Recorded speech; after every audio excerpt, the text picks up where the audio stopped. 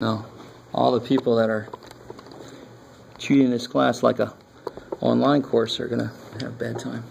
But you're going to have a bad time anyway. Stop doing that.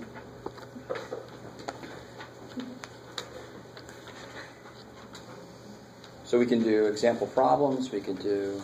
Some of you guys are like, I don't have a question. I just want to hear other questions. But if you don't ask anything, it's not going to happen. Can you go over finding the percentiles? Sure. So...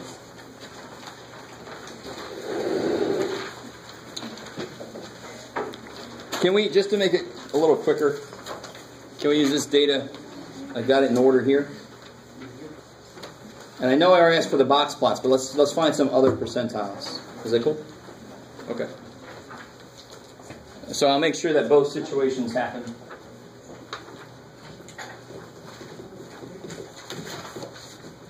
So I think the book is nicer than me in a few situations. The book orders the data very often. I am not going to. So when I ask you to find the 30th percentile, the first thing you got to do is put the dang stuff in order, right? Or else it doesn't make any sense. It's got to be in order. So for this data here, right, the X, that's the data. Let's find two things. Let's find P57, and then let's find, what, Jeff? P40. Sure. Let's do that.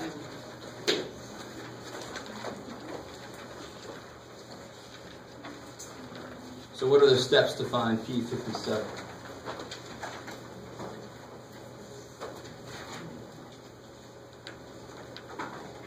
How do you find the 57th percentile? How far into the list do you have to go? 57%. It's almost too easy. Right? The question tells you, I want to go 57% of the way into the list. Well, how long is my list? 15. There's 15 data points. So P57, the first step, is going to be 57% of 15. I want to know how far into the list do I have to go, about. And the next step is go that far in the list and get your answer. So what is 57% of 15? 8.55. Cool. What do I do with that? Round it up. So the ninth number will be the answer.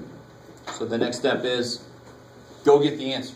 Don't tell me the answer is 9, because 9 is below 29. It's not even the 0th percentile, right? If you got a 9, you're like, what? Yeah, so you just count 9 and 1, 2, 3, 4, 5, 6, 7, 8, 9, 47. Yeah. So P57 is 47. How are we doing so far? That's nice. Let that be nice. Yes. In the homework, it asks like the percentile for like times, and if it's better to have like a higher percentile or a lower one. Is it? Yeah. So you got to be careful. Like if I said it about golf, I don't know if everybody knows. Well, that might be a bad example. You guys know a higher score in golf, is that better or worse? Worse. So if I wanted to a higher percentile in golf for number of strokes, number of hits I take, would that be better or worse? In that case, it's worse, because a higher score means you took more strokes to get to the hole, right? Yeah, you might be able to tell I don't play golf. But I think the one they were talking about, like race times or something, right? Which problem was that? Do you know? You know? So they're asking, like, in a race, is that what it was set up? In a race, would it be better to have a higher percentile or a lower one? So in a race, the measurement they take, of course, is how much time it took you. So is it better to have a higher time or a lower time? Lower. So it's just like golf. So would you rather have a higher percentile time or a lower percentile? Lower. Right? You guys with me? So in a race, and I know we still got to do this one. In a race, if I was in the 10th percentile, that would be awesome, because only 10% of the people had what? Better times. Yeah, smaller times. Which in the racing, it's better for that. So 10th percentile in racing, 10th percentile in golf, that's awesome.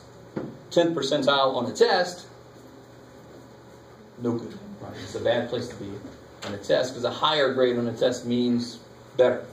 So you can't just say something general about 10th percentile. Is that bad? You can't say yes, it's always bad, because a lower score better in golf, racing, then a 10th percentile would be good. I like it. Is that cool? Okay. Now, what about this guy here? So again, the steps are the same no matter what. So the first step would be 40% of 15. Well, what do you get for that now? 6. And what do you do with that? You go take the 6th number? Average 6 and 7. Good. I love it. You average the 6th and the 7th.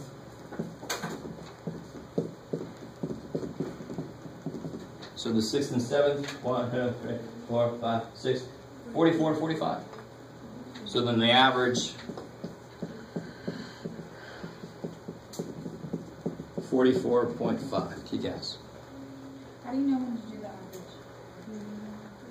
average? Exactly. So we didn't do an average here because it wasn't a whole number. We rounded up to the next whole number and took that number. This one came out to be a whole number, so we average it with the next one. So that's just something you have to know about the process. And again, always go back. If I had 4 numbers, the median should be halfway. What's half of 4? 2. But is the second number the median? Shit, no. It's the second and third average, right? So that's kind of like you always go back to the median. Median is just a specific percentile. The way it works is the way that all percentiles work.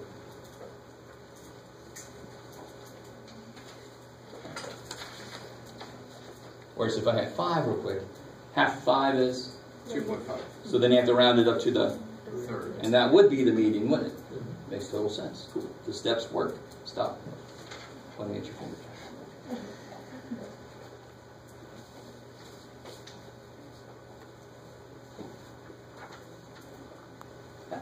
I think, did you guys are getting the emails from the Math Study Center about the workshops, right? Yes. All right. Cool. Because Irene did a workshop. She had almost too many people. It didn't fit in the room, I think. And Irene is actually co-coordinator of stats with me, so she's a really good place. If she's doing workshops, she's good to go to. She teaches the online stuff. I could never teach an online course. That would drive me crazy. All right. Are you going to be turning in the practice test? No. I just gave you the answer key, so I don't need to see it. You don't need to do it. If you haven't done the practice test, you never need to. Totally up to you. It's just study aid. How long is the test, anyways? So long. Oh, I love that question. To be a little specific, like this one has what I would call 1, 2, 3, 4, 5, 6, 7, 8, 9, 10, 11, 12, 13, 14, 15, 16, 17, 18, 19, 20, 21, 22, 23, 24. Yeah, about this long. So normally, do you understand what I mean? Because I hate when, I think we already talked about this, when teacher says there's 4 problems and they're all A through J. It's not 4 problems. Math teacher, learn how to count. So there's about 24 problems on here, and that's roughly how many I normally give on a test. Yes? Is it going to be like that? Or is it show your work? Or is it going to be multiple choice? Or... So, I got to be careful because I don't care. Here's the point. If a math teacher uses Scantron, they're not a math teacher. I'm not sure what they are. But they're not a math teacher. Because the important thing with math is the process. So I do give partial credit. That's why I have a shirt that says show your work. Because the more work you show me, the more I can go. I can see what went wrong if something went wrong. If you just get a wrong answer and there's no work, you're going to lose all the points. Because I don't know what the hell happened. So your short answer is no Scantron. That would make my life so much easier. But then you would hate it. You should hate it. You don't want me to make a multiple choice. Holy shit. That would be rough. So yeah, you don't need Scantron for me. It's going to be open answer. Yes?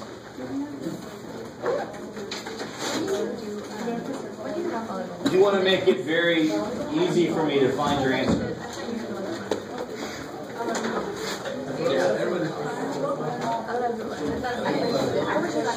Hey guys, if you're leaving, that's fine. Just do it quietly. Yeah. Will there be any questions that all the kids that are not going to be you? Like, as to the population and stuff. I mean, we have engineer, like, but anything else we covered during, the 3 weeks. That's not going to be you, right? Not off the top of my head. So guys, hey, so I hope you understand that the test is not going to be this with different numbers. There will be, exactly the same kind of stuff in a few places, but all the concepts that are on this are the same concepts that will show up on the test. Will I ask the exact same kind of question that relates to that concept? No. So if you understand what continuous means, then no matter what I throw at you about continuous, you should be able to handle it, right? Does that make sense? Because I often have people get upset, your test is totally different from... Well, if you expect me just to change the numbers and just give this to you, then you're never going to be happy about my test. So I don't care. But if you're able to do this practice test decently well and didn't have any big troubles, it should be the same thing on the actual test. That's the hope. Oh, and real quick, I forgot to say this. You guys have the answer keys. I have to say this because this has happened before. Don't do this. Don't do this. Yeah. You're just agreeing. Yeah, I would have done that. It doesn't do it. Dan, that just builds up false confidence, right? It's so easy to agree with something that's already done. So if you use this incorrectly, it will not help you the way it's supposed to. Don't be angry at me then. You just used it incorrectly. So the right way to do it is to do the test, check it. If you had any big problems, go to that section and study it some more. Right? It's the one correct way to use this practice test. But if you can't do the practice test, if you do the homework, that should get you ready for the test too. That's the point of it.